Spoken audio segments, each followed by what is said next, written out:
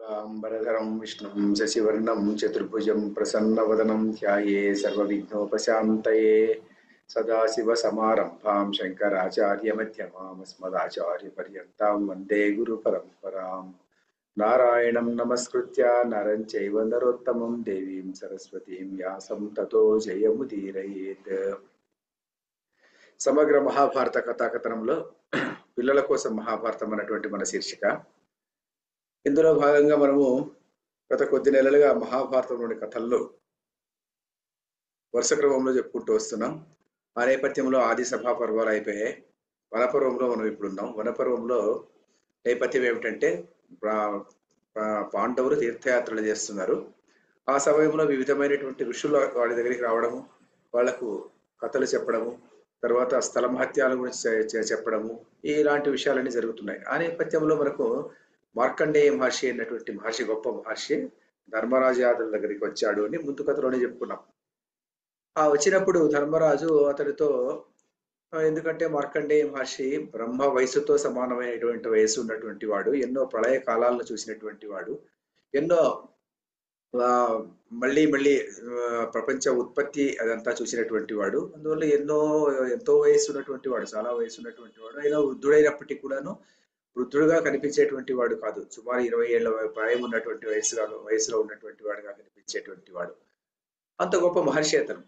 ఆ మహర్షి ఎప్పుడైతే అతని దగ్గరికి వచ్చినప్పుడు, అతను క్రింది కథలో మనం చెప్పుకున్నటువంటి కథ అత్రి యొక్క కథ చెప్పమంటే అత్రి యొక్క కథను గురించి అతను అత్రి తర్వాత గౌతముడి యొక్క సంవాదం అన్నటువంటి కథ చెప్పాడు. తర్వాత తను ధర్మరాజు అతనితో అడుగుతున్నాడు, మార్కండేయ మహర్షి, నాకు శ్రీ మహావిష్ణువు అవతారమైనటువంటి మత్స్యావతారం యొక్క ఘట్టాన్ని నేను తెలుసుకోవాలనుకుంటున్నాను. మరి వైవస్వత మనువు ఉన్నటువంటి వారు అతను ఎవరు? ఆ మనువు కాలంలోనే ఇది మత్స్యావతారం అన్నటువంటిది జరిగింది చెప్తున్నారు కదా, ఆ మత్స్యావతారం జరగడానికి కారణం ఏమిటి? ఆ విషయాలన్నీ మీరు నాకు సవిస్తరంగా చెప్పండి అని చెప్పేసి ధర్మరాజు మార్కండేయుడిని అడిగితే, ఇప్పుడు మార్కండేయుడు ఆ కథను చెప్పడం మొదలు పెడతాడు. మనం ఈరోజు చెప్పుకునేటువంటి కథ చాలా ప్రసిద్ధమైనటువంటి కథ. శ్రీ మహావిష్ణువు యొక్క దశావతారాల్లో మొదటి అవతారమైనటువంటి మత్స్యావతారం యొక్క చరిత్ర ఈరోజు చెప్పుకుంటున్నాం. ఆ మార్కండేయుడు ధర్మరాజుకి ఏం చెప్తున్నాడంటే, అయ్యా ధర్మరాజా విను, ఒకనొక కాలంలో వైవస్వతుడు అన్నటువంటి గొప్ప మహర్షి ఉండేటువంటి వాడు. అతను ఎవరు అంటే సాక్షాత్తు సూర్యదేవుడి యొక్క పుత్రుడు. అతను సాక్షాత్తు సూర్యదేవుడి పుత్రుడు. అతను తన తేజస్సుతో ఏమి, ఓజస్సుతో ఏమి, తపశక్తితో ఏమి సూర్యుని కన్నా ఎక్కువగా అధిగమించిపోతాడు అన్నమాట. ఎంతో విఖ్యాతి ఆర్జిస్తాడు అతను. తర్వాత అతను బదరికాశ్రమంలో కూర్చునేసి 10,000 సంవత్సరాలు ఉగ్రమైనటువంటి తపస్సు అతను విష్ణుమూర్తి గురించి తపస్సు చేస్తాడు. చేసిన తర్వాత ఆ తపస్సు అంతా అయిపోయిన తర్వాత అతను ఒక నదీ తీరంలో ఒకరోజు మంచి తడి బట్టలతో, ఆ జటలతో ఆయన ఒకరోజు అర్ఘ్యం ఇవ్వడానికి ఆ నదీ తీరానికి వచ్చి అర్ఘ్యం ఇవ్వాలి అనుకునేటువంటి సందర్భంలో ఆయన ఆ చేతిలోకి ఆ నీళ్లు తీసుకుంటాడు. చేతిలోకి నీళ్లు తీసుకుంటే ఆ చేతిలో చిన్న చేప పిల్ల కనిపిస్తుంది. ఆ చిన్న చేప పిల్లని చూసి అతను ముగ్ధుడైపోతాడు. చిన్న చేప పిల్ల తన చేతిలోకి వచ్చింది కదా అనుకుంటాడు. అప్పుడు ఆ చేప పిల్ల అనూహ్యంగా మాటలు మాట్లాడడం మొదలు పెడుతుంది. మహారాజా అంటుంది. అంటే ఇతను, ఏమిటిది, చేప పిల్ల నా చేతిలోకి వచ్చిన చేప నాతో మాట్లాడుతుంది కదా అని చెప్పేసి అతనితో మాట్లాడిస్తే ఆ చేప చెప్తుంది, మహారాజా, నేను ఒక చిన్న చేప పిల్ల, నాకు ఈ నదిలో ఉండడానికి భయం అవుతోంది, నా ప్రాణరక్షణ కోసం నన్ను ప్రాణరక్ష పెట్టు ఉంటుంది. నీకేం భయం ఏమిటి నీకు అంటాడు. అంటే అది చెప్తుంది, మా మత్స్య జాతిలో ఉన్నటువంటి విషయమే కదా, చిన్న చేపలు పెద్ద చేప తినడము, పెద్ద చేపలు ఇంకా పెద్ద చేప తినడము అన్నటువంటిది సంప్రదాయంగా వచ్చేటువంటి ఆచారము, అనుచారంగా ఉంది కదా, కాబట్టి నేను చిన్న చేపను, ఈ చిన్న చేప అయినటువంటి నన్ను ఎప్పుడైనా ఏదైనా పెద్ద చేప తినేటువంటి అవకాశం ఉంది, కాబట్టి నన్ను సంరక్షించు అని చెప్పేసి అయితే ప్రార్థన చేస్తుంది. చేస్తే ఇతను చాలా సంతోషం అయిపోయి అతను ఏం చేస్తాడంటే ఆ చిన్న చేపను అలాగే తీసుకునేసి తన కమండలంలో భద్రంగా దాచిపెడతాడు. ఎప్పుడైతే కమండలంలో దాచిపెడతాడో ఆ చేప ఆ రోజు ఎలా ఉంటుంది, మరుసటి రోజు ఉదయాన్నే రాజు లేచి ఆ కమండలాన్ని చూస్తే కమండలం నిండా విస్తరించిపోయి ఉంటుంది. విస్తరించిపోయి అది అంటుంది, మహారాజా అంటుంది. ఏమిటి అంటాడు మహారాజు. ఏమి లేదు, నీవు నన్నేమో కమండలంలో ఉంచావు, ఈ కమండలం స్థలం నాకు చాలడం లేదు, కాబట్టి నాకు కాస్త పెద్దగా ఉన్నటువంటి ప్రదేశంలో నన్ను ఉంచు ఉంటుంది.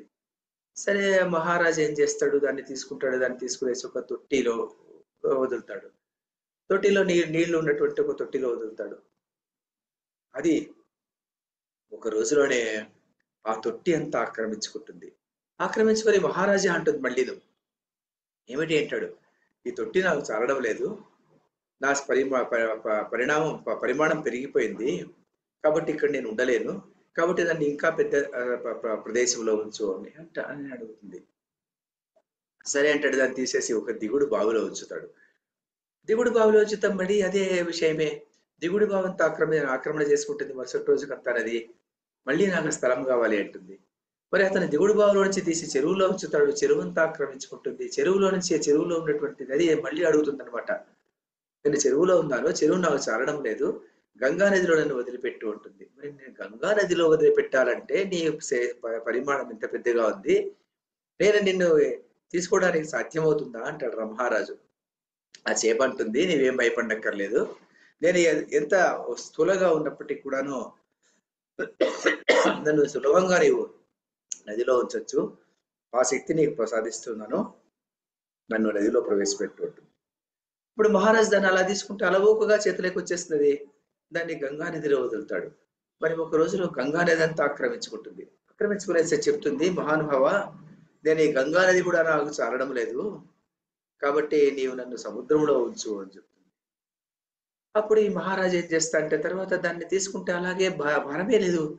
భారం లేనటువంటి ఆ చేపను మరి సుగంధంగా కూడా ఉంటుంది, మనోహరంగా ఉంటుంది, దాని యొక్క స్పర్శ చాలా పవిత్రంగా ఉంటుంది. మహారాజు దాన్ని తీసుకెళ్లేసి ఆ సముద్రంలో వదులుతాడు.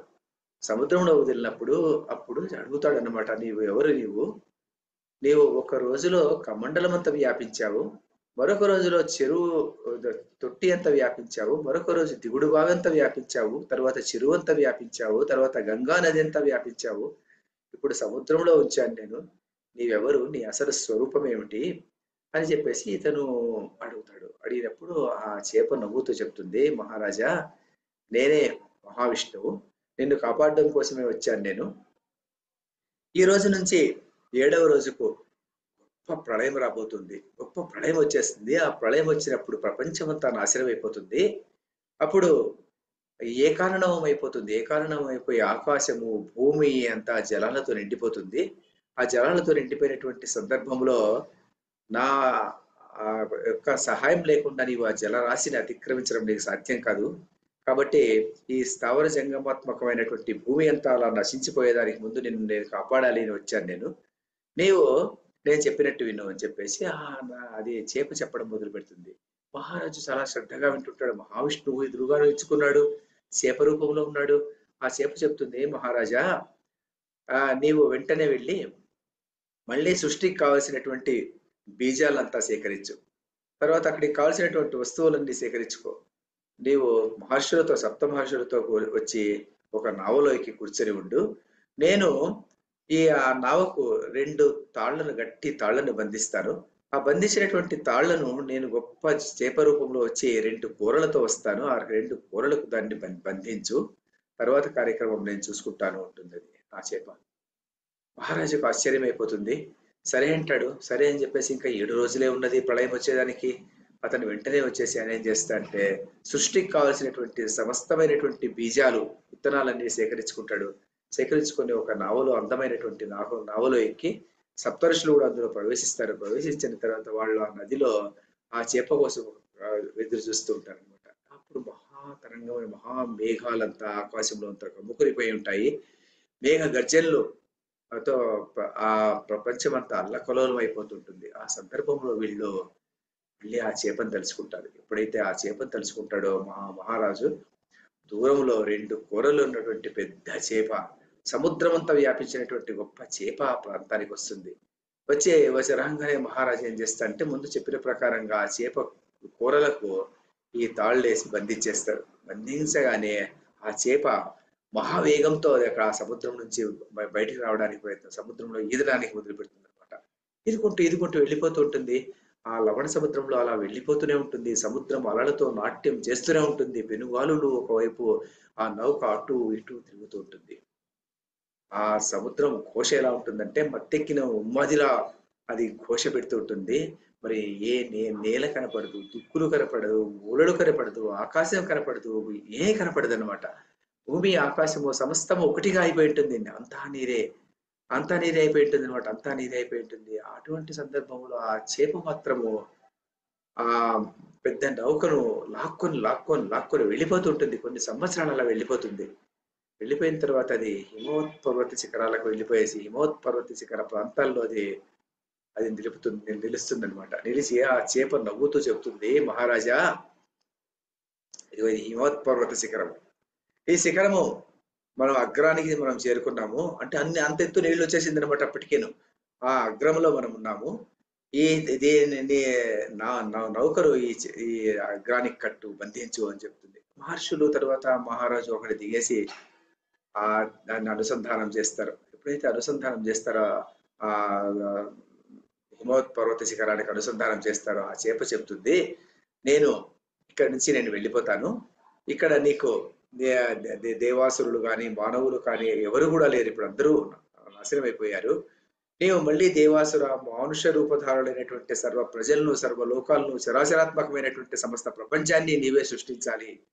అది సృష్టించాలి అంటే గొప్ప తపశక్తి కావాలి. ఆ గొప్ప తపశక్తితో నా భక్తితో నా మీద భక్తితో నీవు ఆ కార్యక్రమాన్ని కార్యక్రమం ప్రారంభం చేయరు ఆయన అని చెప్పేసి ఆ చేప అలా అదృశ్యమైపోతుంది. అదృశ్యమైపోయిన తర్వాత కొంతకాలానికి అంతాను ఆ నీరంతా ఆ ప్రాంతంలో ఉన్నటువంటి నీరు ఇంకిపోతుంది. సమతలమైనటువంటి ప్రదేశం వస్తుంది. మరి ఇతను మనువు విత్తనాలు నాటడం మొదలు పెడతాడు. విత్తనాలు నాటిన తర్వాత అతను సృష్టిని ప్రారంభించాలి అనే ప్రయత్నం చేస్తాడు. మరి సృష్టి ప్రారంభం కాదు. అప్పుడు ఆయన మళ్ళీ తపస్సులో కూర్చుంటాడు. తపస్సులో కూర్చొని గొప్ప తపశక్తితో మళ్ళీ ఆయన సరాసర మన మనుషులను, దేవాసురులను, మానుష రూపధారులైనటువంటి సర్వ ప్రజలను అతను సృష్టించడం మొదలు పెట్టాడనమాట. సృష్టించేసి తర్వాత కొత్త సృష్టి కార్యక్రమం ప్రారంభమైపోతుంది అని చెప్పేసి మార్కండేయుడు ఈ విషయం అంతా చెప్తాడు. చెప్పినప్పుడు ధర్మరాజుకు చాలా సంతోషం అయిపోతుంది. మత్స్యావతార ఘట్టాన్ని నేను ఈ రోజు విన్నాను కదా, శ్రీ మహావిష్ణువు మొదటి అవతారం కదా ఇది అనుకునేసేసి ఆయన చెప్తాడు. అడుగుతాడు మార్కండేయుడితో, మహానుభావ మార్కండేయ, మీరు ఇలాంటి ప్రళయాలు ఎన్నో ప్రళయాలు చూశారు కదా, బ్రహ్మతో సమానమైనటువంటి వయస్సు ఉన్నటువంటి వాడు నీవు. అలాంటి వాడు ఎంతో మంది రాజుల చరిత్రలు నీకు తెలుసు, ఎంతో మంది పూర్వపు వంశాల గురించి నీకు తెలుసు, వాళ్ళు చేసినటువంటి గొప్ప గొప్ప కార్యక్రమాలు నీకు తెలుసు. మరి ఈ మను యొక్క అవతార దశను తర్వాత ఆ విశ్వాన్ని ప్రారంభించేటువంటి సందర్భము ఇదంతా నీవు ఎరుగుదు కదా. మరి ఈ ప్రళయం ఎందుకు వచ్చింది? ఈ ప్రళయం వచ్చేటువంటి సందర్భంలో కలియుగాంతంలో ప్రళయం వచ్చింది అని చెప్పావు కదా. మరి ఈ కలియుగాంతంలో మరి ధర్మం ఎలా నాశనం అయిపోయింది? ధర్మం నాశనమైనప్పుడు మాత్రమే ప్రళయం వస్తుంది కదా. మరి ఆ విషయాలు కూడా కలియుగాంతంలో ప్రజలు ఎలా ఉండేటువంటి వాళ్ళు, ఆ విషయం కూడా నాకు సవిస్తరంగా చెప్పాలి అని చెప్పేసి, మరి నీవు ఎలా ఆ కలియుగంలో జీవించగలిగావు, మరి ఆ సందర్భంలో నీవు ఇంకా ఏమేం చూసావు, ఆ విషయాలన్నీ నాకు చెప్పండి అని చెప్పేసి ధర్మరాజు మార్కండేయుడిని ప్రార్థన చేస్తే మార్కండేయుడు మళ్ళీ చెప్పడం మొదలు పెడతాడు. మహారాజా, ఈ మత్స్యావతారము అన్నటువంటిది ఇలా జరిగింది అని చెప్పాను కదా. దీనికి ఒక్కదానికే మత్స్యావతారంగా మహావిష్ణువు అవతరించలేదు. హిరణ్యాక్షుడు ఉన్నటువంటి గొప్ప రాక్షసుడు ఆ సమయంలో ఉండేటువంటి వాడు. ఆ రాక్షసుడు వేదాలను దొంగలించి సముద్రంలో దాక్కున్నాడు. సముద్రంలో దాక్కున్నటువంటి సందర్భంలో ఆ హిరణ్యాక్షుడిని వధించి ఆ సముద్రం నుంచి ఆ వేదాలను సేకరించిన తర్వాత బ్రహ్మదేవుని ఇవ్వడానికి కూడాను ఈ మత్స్యావతారం అన్నటువంటిది రూపుదిద్దుకున్నది నాయన అని చెప్పి ఆ ప్రళయం వచ్చేదానికి కారణాలు నేను చెప్తాను విను అని చెప్పేసి అతను చెప్పడం మొదలు పెడతాడు.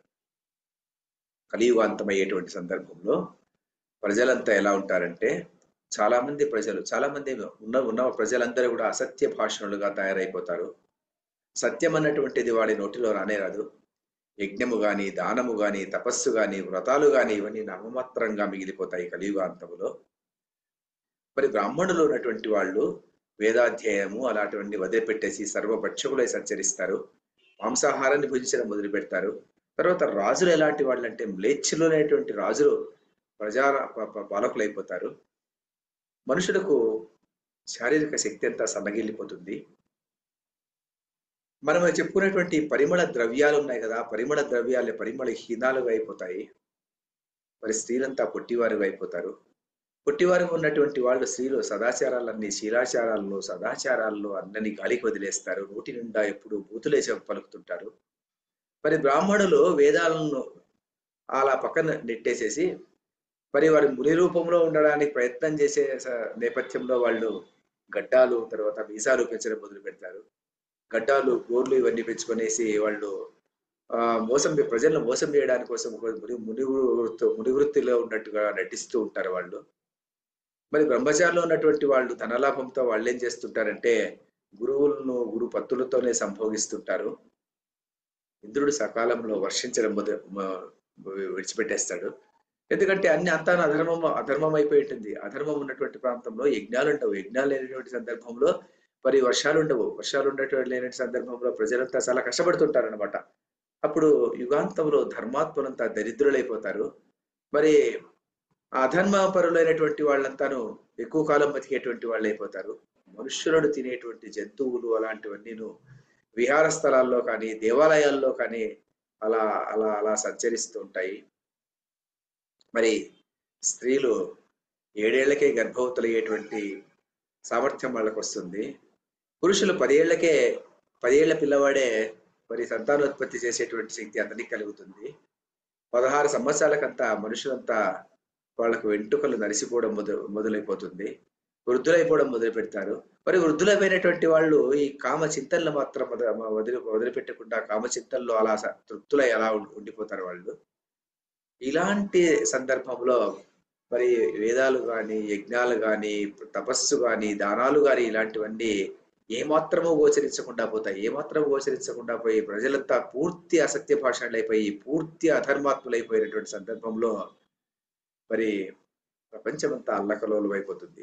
ఎప్పుడైతే ప్రపంచం అల్లకల్లోలం అయిపోతుందో అప్పుడు ఒకేసారి 7 మంది సూర్యులు ఆకాశంలో ప్రజ్వలిల్లేటువంటి కిరణాలు ఉన్నటువంటి 7 మంది సూర్యులు ఆకాశంలో కనిపిస్తారు. కనిపించినటువంటి ఆ 7 మంది సూర్యులు సముద్రాల్లోనూ, నదుల్లోనూ, బావుల్లోనూ ఉన్న నీటినంతా అలా అలా అలా తాగివేస్తారు వాళ్ళు. తాగేసిన తర్వాత జలం యొక్క అభావంతో ప్రజలంతా తల్లడిల్లిపోతారు. తల్లడిల్లిపోయారా ఆ కష్టాల్లో ఉన్నటువంటి సందర్భంలో సంవర్తకాగ్ని అన్నటువంటి మహా అగ్ని వచ్చి ఆ భూమిని చీల్చుకొని రసాతలం వరకు వెళ్ళిపోతుంది. వెళ్ళిపోయిన తర్వాత అప్పుడు ప్రజలు తర్వాత దేవతలు, దానవులు, యక్షులు, కిందరులు, కింపురుషులు, గంధర్వులు అందరూ కూడాను భయంతో ఉడికిపోతుంటారు. ఆ సందర్భంలో మహా మేఘాలు గగనతలంలో కప్పుకుంటాయి. అవి అద్భుతంగా వచ్చేస్తాయి. భయంకరంగా ఉరుముతుంటాయి. భయంకరంగా ఉరుముతూ ఉన్నట్టుగానే భీకర రూపంతో ఆ మేఘాలు సుమారు 12 సంవత్సరాలు వర్షం అలా కురిసేస్తుంది. వర్షం కురిసినప్పుడు భూమి, ఆకాశము ఒక్కటిగా సమమైపోతుంది. అలా సమమైనటువంటి సందర్భంలో ఆ సందర్భంలో నేను చూశాను నాయన అని చెప్పేసి మార్కండేయుడు చెప్తాడనమాట. మరి ఆ సందర్భంలో మీరెలా బతికున్నారు అని చెప్పేసి ధర్మరాజు అడుగుతాడు.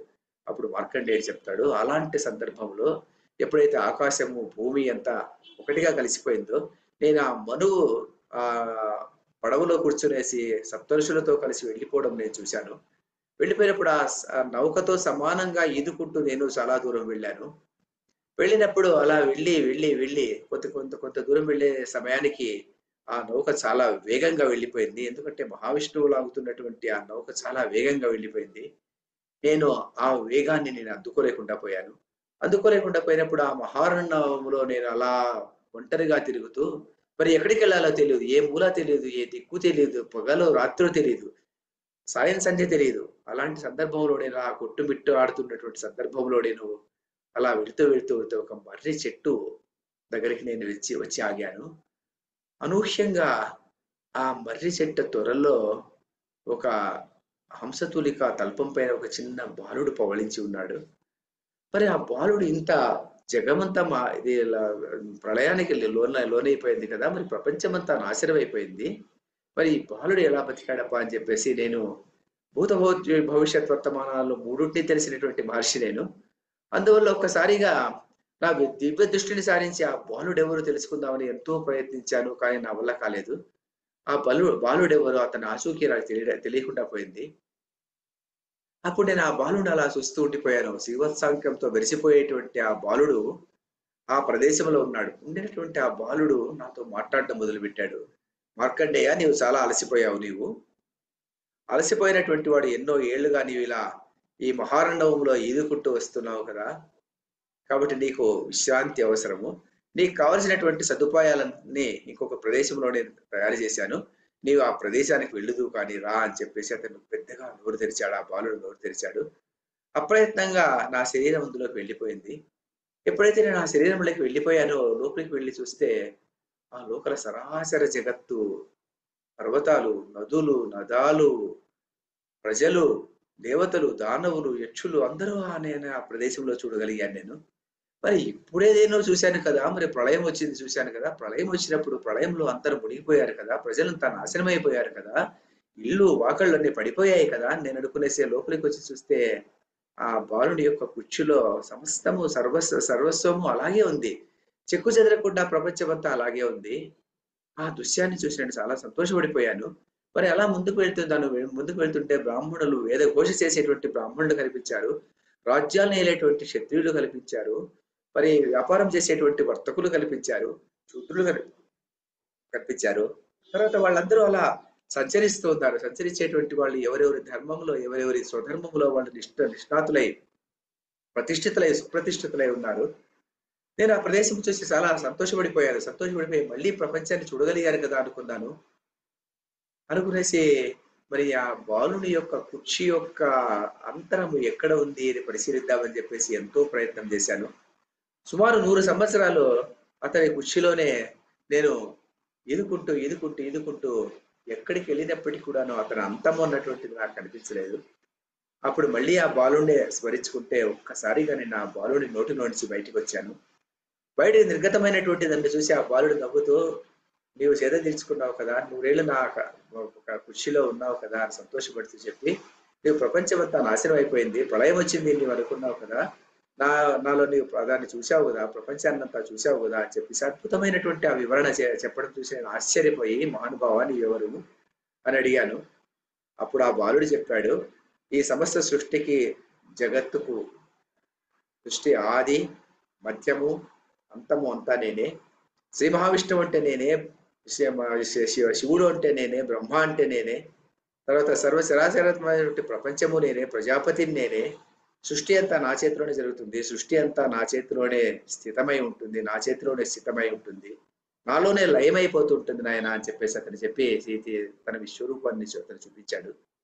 చూపించిన తర్వాత ఆ బాలుడు చెప్పాడు, నీవు చాలా అదృష్టవంతుడైనటువంటి వ్యక్తి నీవు. అందువల్ల నీవు నా దివ్యమైనటువంటి రూపాన్ని చూడగలిగావు. నా కుర్చీలో ప్రవేశించి సమస్తమైనటువంటి ప్రపంచాన్నంతా చూడగలిగారు. దేవతలు కూడా నా స్వరూపాన్ని తెలుసుకోలేరు. నీవు ఎలా నా స్వరూపాన్ని తెలుసుకుంటావు అని చెప్పేసి అతను కొద్దిగా అతని స్వరూపాన్ని గురించి అంతా చెప్పిన తర్వాత ఆయన నీవు ఇలాగే కాలం గడుపుకుంటూ భక్తిలో పరవశించిపోయి అలా ఉండు నాయన అని చెప్పేసి అతను నా దగ్గర నుంచి అదృశ్యమై వెళ్ళిపోయాడు. తర్వాత నేను అక్కడి నుంచి బయటకు వచ్చి నా నిజ స్వరూపంతో నేను బయటకు వచ్చిన తర్వాత నాకు స్మృతి పథంలో నా మామూలు స్మృతి పథం నాకు మామూలుగా వచ్చేసింది. తర్వాత అటు నుంచి అటు ఇటు తిరుగుకుంటూ ధర్మాత్ముడైనటువంటి ధర్మరాజు ఉన్నటువంటి ఒక మహారాజు ఉన్నాడు అని చెప్పేసి విని నిన్ను చూడ్డానికి వచ్చాను అని చెప్పేసి ఈ కథనంతా ఇలా చెప్పుకుంటూ వస్తాడనమాట మార్కండేయుడు. ఇది ఈ రోజు చెప్పుకునేటటువంటి మత్స్యావతారము తర్వాత శ్రీకృష్ణ పరమాత్మ అతను చెప్తాడనమాట మార్కండేయుడు. ఇలా వచ్చినటువంటి ఆ చిన్న బాలుడు ఎవరో కాదు, ఆ బాలుడే ఈ శ్రీకృష్ణుడిని ఎదురు నిలిచినటువంటి శ్రీకృష్ణుడు. ఇతనికి ఆద్యంతాలు లేవు, ఇతను అనాది, ఇతనే మహావిష్ణువు, ఇతను నీ ముందు నీ బావలాగా నిలుచుకున్నాడు నాయన అని చెప్తే అప్పుడు ధర్మరాజు తర్వాత తదితర పాండవులు, ద్రౌపది అందరూ తనకి నమస్కరిస్తారనమాట. ఈ కథ ఇంతటితో మనము ముగిసే ముందు ఈ కథలో ఉన్నటువంటి విషయాలు ఏమిటి అంటే, ఈ కథ 2 కథలుగా మనం చెప్పుకోవచ్చు. ఒకటేమో మత్స్యావతారం, చేప రూపంలో శ్రీ మహావిష్ణువు అవతరించడం ఉన్నటువంటిది చాలా ప్రధానమైనటువంటి ఇతివృత్తం ఇది. మరి ఈ ఇతివృత్తంలో మనకి ఏం కనిపిస్తుందంటే, రెండవ కథ వచ్చేసి మార్కండేయుడు చిన్న పిల్లవాడిని కుర్చీలోకి ప్రవేశించి ఆ దృశ్యాన్నంతా చూడడము, ప్రపంచాన్నంతా చూడడం అనేటువంటిది రెండవ కథగా చెప్పుకుంటే, ఈ కథల్లో ఉన్నటువంటి ముఖ్యమైనటువంటి విషయాలు ఏమిటి అంటే ఇక్కడ మనకు ఏం కనిపిస్తుందంటే ఈ విశ్వం యొక్క ఆవిర్భావం కాస్మాలజీ అని మనం ఇప్పుడు చెప్పుకుంటాం కదా. ఆ కాస్మాలజీ గురించినటువంటి వివిధమైనటువంటి మన మన ఋషులు దర్శించినటువంటి దర్శనం ఎంత గొప్పది అయినటువంటి తెలుస్తుంది అనమాట. మరి మార్కండేయుడు ఇతనికి ధర్మరాజు చెబుతూ అంటాడు, మహానుభావ ధర్మరాజా, ఈ ప్రళయం అనేది ఎప్పుడు వస్తుంది అన్నటువంటి విషయం అతను చెప్తాడు అనమాట. ప్రళయం ఎప్పుడు వస్తుంది అంటే కలియుగం యొక్క విస్తీర్ణము 4,32,000 సంవత్సరాలు. 4,32,000 సంవత్సరాలు. తర్వాత ద్వాపరయుగం అంటే తర్వాత మన కలియుగం కన్నా ముందు ఉన్నటువంటి యుగం అంటే పాండవులు సంచరించినటువంటి యుగం. పాండవులు శ్రీకృష్ణ పరమాత్మ సంచరించినటువంటి ఆ యుగము రెండింతల రేట్లు అంటే 8,64,000 సంవత్సరాలు. మరి అంతకన్నా ముందు యుగం ఏమిటి? త్రేతాయుగం. ఆ త్రేతాయుగం వచ్చేసి మూడింతలు పరిమాణం ఉన్నటువంటిది అన్నమాట. 4,32,000 సంవత్సరాలు కలియుగం అయితే దానికి మూడింతలు అంటే 12,96,000 సంవత్సరాలు విస్తీర్ణం ఉన్నటువంటిది త్రేతాయుగం అన్నమాట. మరి సత్యయుగము లేకంటే కృతయుగము అంటే అది నాలుగింతలు ఎక్కువ. అది సత్యహరిశ్చంద్రుడు అలాంటి వాళ్ళు ఉన్నటువంటి కాలము. అది 17,28,000 సంవత్సరాలు అన్నమాట. మరి 4 యుగాలు సత్యయుగము, త్రేతాయుగము, ద్వాపర యుగము, కలియుగము 4 కలిస్తే ఎన్ని సంవత్సరాలు వస్తుందో అన్ని సంవత్సరాలు చేరిస్తే అది ఒక మహాయుగము. ఒక మహాయుగం అయిపోయిన తర్వాత ఏమైపోతుందంటే మళ్ళీ కృతయుగంతో మళ్ళీ ప్రారంభమవుతుంది అనమాట. సృష్టి ప్రారంభమవుతుంది. ప్రళయం రాదు, అప్పట్లో ప్రళయం రాదు, మళ్ళీ సృష్టి ప్రారంభమవుతుంది అనమాట. ఇలాంటి మహాయుగాలు అంటే 4 యుగాల విస్తీర్ణం ఉన్నటువంటి ఒక మహాయుగము. అలాంటి మహాయుగములు 1000 మహాయుగాలైతే బ్రహ్మదేవుడికి ఒక్క పగలు లేకుంటే ఒక్క రాత్రి అన్నమాట. ఒక పగలు బ్రహ్మదేవుడికి ఉన్నటువంటి సందర్భంలో 14 మంది మనువులు, ఈ వైవస్వత మనువు లాంటి మనువులు 14 మంది వచ్చేసి ఈ ప్రపంచాన్నంతాను వాళ్ళు పరిపాలన చేస్తారని అదే చెప్పుకుంటూ వస్తారనమాట. మరి ఇప్పటి వరకు ఎవరెవరు అయిపోయారు అంటే ఇప్పుడు స్వయంభూ మనువైపోయాడు, స్వరోచిష మనువైపోయాడు, ఉత్తమ మనువైపోయాడు, తామస మనువైపోయాడు, రైవత మనువైపోయాడు, చాక్షుష మనువైపోయాడు. అంటే 6 మనువులు అయిపోయారనమాట. 6 మనువులైన అయిపోయిన తర్వాత ఇది 7వ మన్వంతరంలో మనం ఉన్నామన్నమాట. 7వ మన్వంతరమే వైవస్వత మన్వంతరము. అందుకోసం మనము ఉదయాన్నే మనము సంకల్పం చెప్పుకునేటటువంటి సందర్భంలో ఏం చెప్పుకుంటామంటే శుభే శోభనే ముహూర్తే ఆద్య బ్రహ్మణ ద్వితీయ ప్రహార్తే శ్వేత వరాహ కల్పే వైవస్వత మన్వంతరే కలియుగే అని చెప్పుకుంటూ వస్తాం అనమాట. ఆ వైవస్వత మన్వంతరే అని అన్నాం కదా. ఆ వైవస్వత మన్వంతరం ఏమిటి అంటే ఇది 7వ మన్వంతరం అనమాట.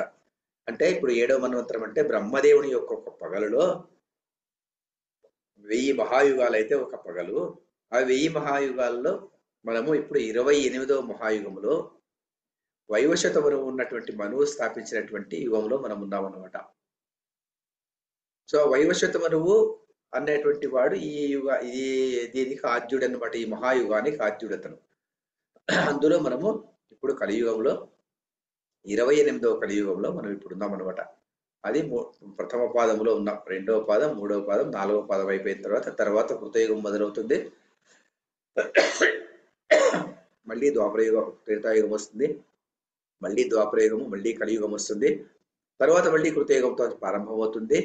అలాంటివి మరి 14 మనువులు కదా రాజ్యం చేసేది. ఒక్కొక్క మనువు ఎన్నెన్ని ఏళ్ళు పరిపాలన చేస్తారంటే 33,70,658 సంవత్సరాలు చెప్తారనమాట. 33,70,658 సంవత్సరాలు ఒక్కొక్క మనువు ప్రపంచాన్నంతా పరిపాలన చేస్తుంటారు. అలాంటి వాళ్ళు 14 మంది మనువులు 10,000 మహాయుగాలు పరిపాలన చేసిన తర్వాత బ్రహ్మకు ఒక పగలైపోయి రాత్రి వస్తుంది అనమాట. అప్పుడు అతను శయనిస్తాడనమాట. శయనించి మళ్ళీ నిద్రలు మేలుకునేటువంటి సమయం వరకు మనము మార్కండేయుడు ఎలా చిన్న బాలుడిని చూసాం కదా. ఆ బాలుడు వటపత్రశాయి అయినటువంటి ఆ బాలుడిని బర్రి వృక్ష త్వరలో చూసాం కదా. ఆ బాలుడు ఆ రాత్రంతా అలా లేచి ఉంటాడనమాట. లేచి ఉండే అప్పుడు అతను నవ్వుతూ చిరునవ్వుతో అలా చిందిస్తూ ఉంటాడు అని చెప్పేసి మన అక్కడ చెప్తాయన్నమాట. అంటే ఇప్పుడు ఏమిటి చెప్పుకొని వచ్చామంటే కాస్మాలజీ ఇంత గొప్పగా ఉన్నటువంటి కాస్మాలజీ మరి ఎంతవరకు నిజము అని మనం ఆలోచన చేస్తే మనకు చూడండి ఎలా ఆలోచన చేస్తే ఎలా ఉంటుందంటే మన ఫిజిక్స్ ఇప్పుడు ఏం చెప్తుంది, మరి అదర్ రిలీజియన్స్ ఏం చెప్తాయి, మరి ఇదే మన మన భారతదేశంలో చెప్పినటువంటి కాస్మాలజీ ఏమిటి, ఇదంతా కాస్త మనము సింహావలోకనం చేసుకోవాలన్నమాట. ఎందుకంటే మహాభారతం కథ చదివిన తర్వాత ఈ కథ యొక్క ప్రాధాన్యత ఏమిటి, విశిష్టత ఏమిటి అన్నది చాలా ముఖ్యమైనటువంటి విషయం.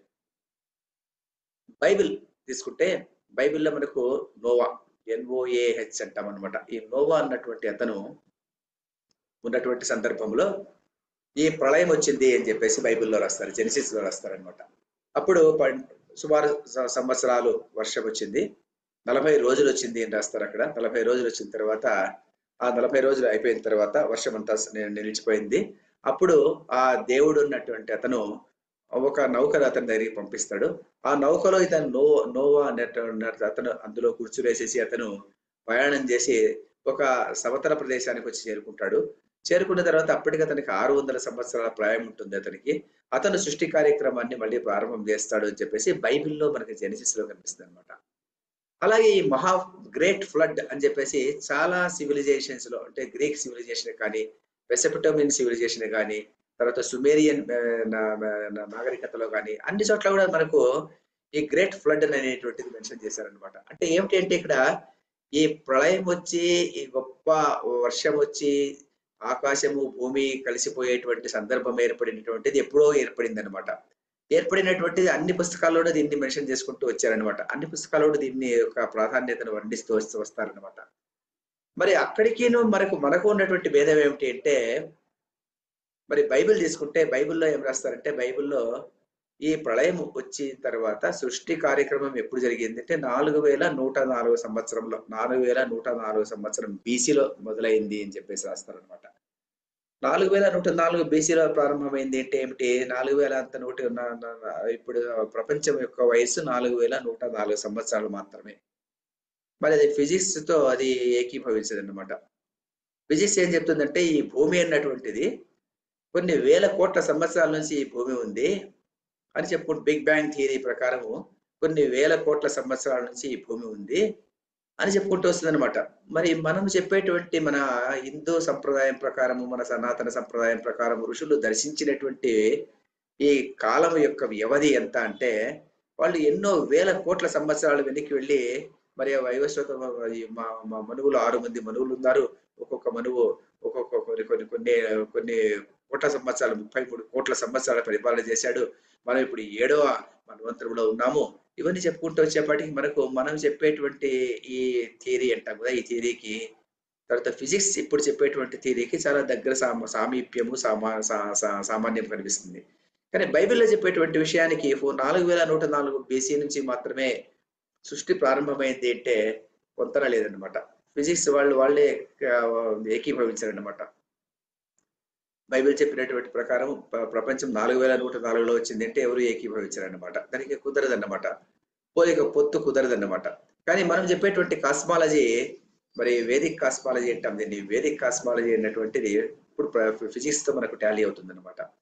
అలాగే ఇంకొకటి కూడా సందర్భం కూడా ఏమిటంటే మనకు బిగ్ బ్యాంగ్ థియరీ ప్రకారం ఏం చెప్తుందంటే మొట్టమొదట బిగ్ బ్యాంగ్ వచ్చినప్పుడు ఆ భూమి ఏర్పడిన తర్వాత సుమారు 12 సంవత్సరాలు ఆ వర్షం ఉన్నటువంటిది అవిచ్ఛిన్నంగా వచ్చింది అని చెప్పేసి బిగ్ బ్యాంగ్ థియరీ చెప్తుందన్నమాట. ఫిజిక్స్ చెప్పేటువంటి వాళ్ళు చెప్తారన్నమాట. 12 సంవత్సరాల వర్షం వచ్చిందంట. 12 సంవత్సరాలు వర్షం వచ్చినప్పుడు ఈ భూమి అంతా ఏమైపోయిందంట అంటే భూమి అంతాను అలాగా మెతుకు వచ్చి అది ఘనీభవించడానికి మొదలుపెట్టేదానికి అవకాశం దొరికేటువంటి ఆ వాతావరణము నెలకొందన్నమాట. నెలకొంది తర్వాత సముద్రాల్లో నీళ్ళంతా నిండినాయప్పుడు సముద్రంలో నీళ్లు నిండిన తర్వాత ఆ సముద్రంలో నుంచి మొట్టమొదటి లార్వా బయటకు వచ్చి అక్కడి నుంచి మనకు సమస్తమైనటువంటి ప్రపంచం యొక్క ఉత్పత్తి జరిగింది అని చెప్పుకుంటూ వస్తారనమాట. ఇక్కడ మనకు చూడండి మనకు చెప్పేటువంటి విషయం ఏమిటంటే ఇక్కడ కూడా మన మహాభారతంలో రాసినటువంటి థియరీ ఏమిటంటే 12 సంవత్సరాల వర్షం వచ్చింది. ఇప్పుడు ఫిజిక్స్ చెప్పేటువంటి విషయం కూడా 12 సంవత్సరాలే చెప్తుంది. బైబిల్‌లో 40 రోజులు అని చెప్తారనమాట వర్షం. ఇక్కడ 12 సంవత్సరాలు వచ్చింది అని చెప్తే అప్పుడు కూడా 12 సంవత్సరాలే వచ్చింది అని చెప్పేసి ఫిజిక్స్ వాళ్ళు కూడా చెప్తారనమాట. వాళ్ళు వాళ్ళ అంచనాల ప్రకారం చేసి తర్వాత వాళ్ళు ఏం చెప్తారంటే ఆ సముద్రంలో నీళ్ళు అప్పుడు నిండినాయి. నిండిన తర్వాత మొదటి లార్వా సముద్రంలో నుంచి ఉద్భవించింది అని చెప్తారు. మనకు కూడా ఇప్పుడు మత్స్యావతారం ఎలా వచ్చింది? ఆ లార్వా దగ్గర నుంచి లార్వా దశలో నుంచి ఆ చేప పిల్ల అన్నటువంటిది ఉద్భవించింది అనమాట. ఆ చేప పిల్ల మొట్టమొదటి అవతారం అన్నమాట. మొట్టమొదటి అవతారం చేప పిల్లగా ఉద్భవించి ప్రత్యక్షమైందనమాట. వీటన్నిటిని చూస్తే మనకి ఏం తెలుస్తదంటే, మన ఋషులు ఎంతో దార్శనిక శక్తితో ఈ ప్రపంచం యొక్క సృష్టి యొక్క ఆదిని దర్శించగలిగారు వాళ్ళు. దర్శించి ఉన్నదాన్ని వాళ్ళు రాయగలిగారనమాట. అందువల్ల ఈ ఈ మనం చెప్పేటువంటి కాస్మాలజీకి, మన ఫిజిక్స్‌కు ఎంత దగ్గర సంబంధం ఉంది అన్నటువంటి విషయం మనకు ఈ కథలో తెలుస్తుందనమాట. మరి మార్కండేయుడు ఇంకా ఏం చెప్తా అంటే, మరి కలియుగ అంతంలో ఎలా ఉంటుంది అని చెప్పుకుంటూ వస్తారు. ప్రతి కలియుగ అంతంలోనూ ఎలా ఉంటుంది చెప్పేటువంటి సందర్భంలో ఆయన చెప్పేటువంటి విషయాలన్నీ ఇప్పుడు చూడండి. 7 ఏళ్ల ఆ అమ్మాయిలంతాను ప్రసవించేటువంటి శక్తి వాళ్ళకి వస్తుంది. 10 ఏళ్ల అబ్బాయిలకు కూడాను బిడ్డలు పుట్టించేటువంటి శక్తి వాళ్ళకి కలుగుతుంది అని ఇది ఇందులో రాశారనమాట. ఇప్పుడు టీనేజ్ ప్రెగ్నెన్సీస్ అన్నటువంటిది సర్వసాధారణంగా మనం వింటున్నాం అనమాట. అమెరికా లాంటి ప్రదేశాల్లో టీనేజ్ ప్రెగ్నెన్సీ అంటే ఎల్‌కేజీ, యూకేజీ అయిన తర్వాత మొదటి స్టాండర్డ్, ఫస్ట్ స్టాండర్డ్ నుంచి ఫిఫ్త్ స్టాండర్డ్ మధ్యలో ఉన్నటువంటి గర్ల్స్ వాళ్ళు కూడాను టీనేజ్ ప్రెగ్నెన్సీ అనేటువంటిది వాళ్ళకొస్తుంది. ఈ టీనేజ్ ప్రెగ్నెన్సీ నిలపాలి అని చెప్పేసి వాళ్ళు చాలా ప్రయత్నాలు చేస్తున్నారు అని చెప్పేసేసి దానికి ఆ ఎడ్యుకేషన్, ఈ ఎడ్యుకేషన్ ఏదో చేయాలి అని చెప్పేసి ఏదో వాళ్ళు సెక్స్ ఎడ్యుకేషన్ అన్ని చేయాలని చెప్పేసేటువంటి ఆ సందర్భం అంతా మనం చూస్తున్నాం అనమాట. తర్వాత వాళ్ళు ఎలా ఊహించగలిగారు అంటే మనము ముందు ముందు ఎలా జరుగుతుంటుంది, అధర్మం ఎలా జరుగుతుంది అన్నటువంటిది వాళ్ళు ఎందుకు ఊరికే రాసేటువంటి అవసరమేం లేదు. కొన్ని వేల సంవత్సరాల కింద రాసినటువంటి పుస్తకాల్లో మరి కలియుగాంతంలో ప్రజలు ఎలా బిహేవ్ చేస్తారు అన్నటువంటి విషయం వాళ్ళు అప్పుడే రాయగలిగారనమాట. మరి ప్రజలంతా ఎలా ధార్మికత నాశనం అయిపోతుంది, యజ్ఞయాగాదులు ఎలా నాశనం అయిపోతాయి, తర్వాత ప్రజలు ఎలా ఈ చెడు మార్గాల్లో ఉంటారు, తర్వాత గురుపత్తులతో ఎలా వాళ్ళు సంభోగించడానికి బ్రహ్మచారులైనటువంటి వాళ్ళే ప్రయత్నం చేస్తారు, తర్వాత గడ్డాలు మీసాళ్ళు పెంచుకునేసి ముని వేషంలో ఉన్నట్టు నటించడం ప్రారంభం చేస్తారు. ఇవన్నీ చూస్తుంటే మనం చూస్తున్నాం కదా మరి ప్రజల్లో మనం ఇప్పుడు చూసేటువంటి ప్రతి వ్యక్తిను గడ్డం పెంచుకుని నుండి మీసం పెంచుకునేసి గోళ్లు పెంచుకుని ఉన్నటువంటి వాళ్ళే మనకు కనిపిస్తుంటారు అనమాట ఇప్పుడు. మరి అప్పట్లో ఇవన్నీ రాశారనమాట. ఇవన్నీ రాశారనమాట. ప్రళయం వచ్చేటువంటి ముందు సందర్భంలో మరి జంతువులు మనుషులు తేటువంటి జంతువులంతా అలా అలా దేవాలయాల్లో సంచరిస్తూ ఉంటాయి. మరి క్రూరమైనటువంటి మృగాలు మాత్రమే సంచరిస్తుంటాయి. ఆవులు అలాంటివన్నీ దూరం అయిపోతుంటాయి. గోహత్యలు ప్రారంభమవుతాయి. మరి శునకాల శునకాలకు పూజలు చేయడం అనేటువంటిది ప్రారంభమవుతుంది అని చెప్పేసి మరి అప్పట్లో రాశారంటే మరి ఇప్పుడు అంతే అందుకే కదా మరి పూర్వకాలంలో సుమారు 50 సంవత్సరాల ముందు ఉదయాన్నే నిద్ర లేవంగానే మనం ఒక ఆవును చూసి ఆవును కడిగి ఆవును తీసుకెళ్ళేసి మేపుకొని వచ్చేటువంటి నేపథ్యం అది. మరి ఇప్పుడు ప్రొద్దున్నే లేవంగానే ఆ కుక్కను తీసుకునేసి కుక్కను బయటికి తీసుకెళ్ళేసి మనం షికారు తీసుకొని వెళ్ళేటువంటి నేపథ్యం ఇప్పుడు చూస్తున్నాం అనమాట. మరి సుమారు 50 సంవత్సరాల ప్రస్థానంలోనే ఇంతగా మారిపోయిందన్నమాట. మరి ముందు ముందుకు ఇంకా ఎలాంటి మారుతుందో తెలియదు మరి. మరి వీళ్ళు రాసేటువంటివన్నీ చూస్తే 16 సంవత్సరాలకంతా మనుషులు వృద్ధులైపోతారు. వెంట్రుకలు తెల్లబడిపోతాయి. మరి ఇలాంటి విషయాలన్నీ మనకు కనిపిస్తున్నాయన్నమాట. ఇలాంటి విషయాలన్నీ మనం అప్పుడే ఏజింగ్ ప్రాసెస్ అన్నటువంటిది అప్పుడే మనం చూస్తున్నాము. వెంట్రుకలు పడిపోవడము, తర్వాత వెంట్రుకలు తెల్లబడిపోవడము, 16 సంవత్సరాల నుంచి వృద్ధులు కావడము, ఇవన్నీ మనము ఇప్పుడు చూస్తున్నామన్నమాట. ఈ చూసేటువంటిటిని వాళ్ళు ముందుగా ఎలా ఊహించగలిగారు? ఎలా ఊహించగలిగారంటే కేవలం దార్శనిక శక్తితో మాత్రమే చూడగలిగారు అన్నటువంటి విషయం మనకు ఈ కథలో తెలుస్తుందన్నమాట. మరి ఈ కథ ఇన్ని విషయాలు ఉన్నటువంటి కథ మరి మత్స్యావతారం కథ ఈరోజు చెప్పుకున్నాం. ఈ కథ ఇంతటితో ముగిద్దాం. మళ్ళీ మరి మార్కండేయుడు తన బ్రదర్‌కి మళ్ళీ ఏం చెప్పాడు అన్నటువంటి విషయం వచ్చే కథలో చెప్పుకుందాం. అంతవరకు సెలవు. కాయేన వాచా మనసేంద్రియైర్వా బుద్ధ్యాత్మనా వా ప్రకృతే స్వభావాత్ కరోమి యద్యత్ సకలం పరస్మై నారాయణాయేతి సమర్పయామి. సర్వం శ్రీకృష్ణార్పణమస్తు.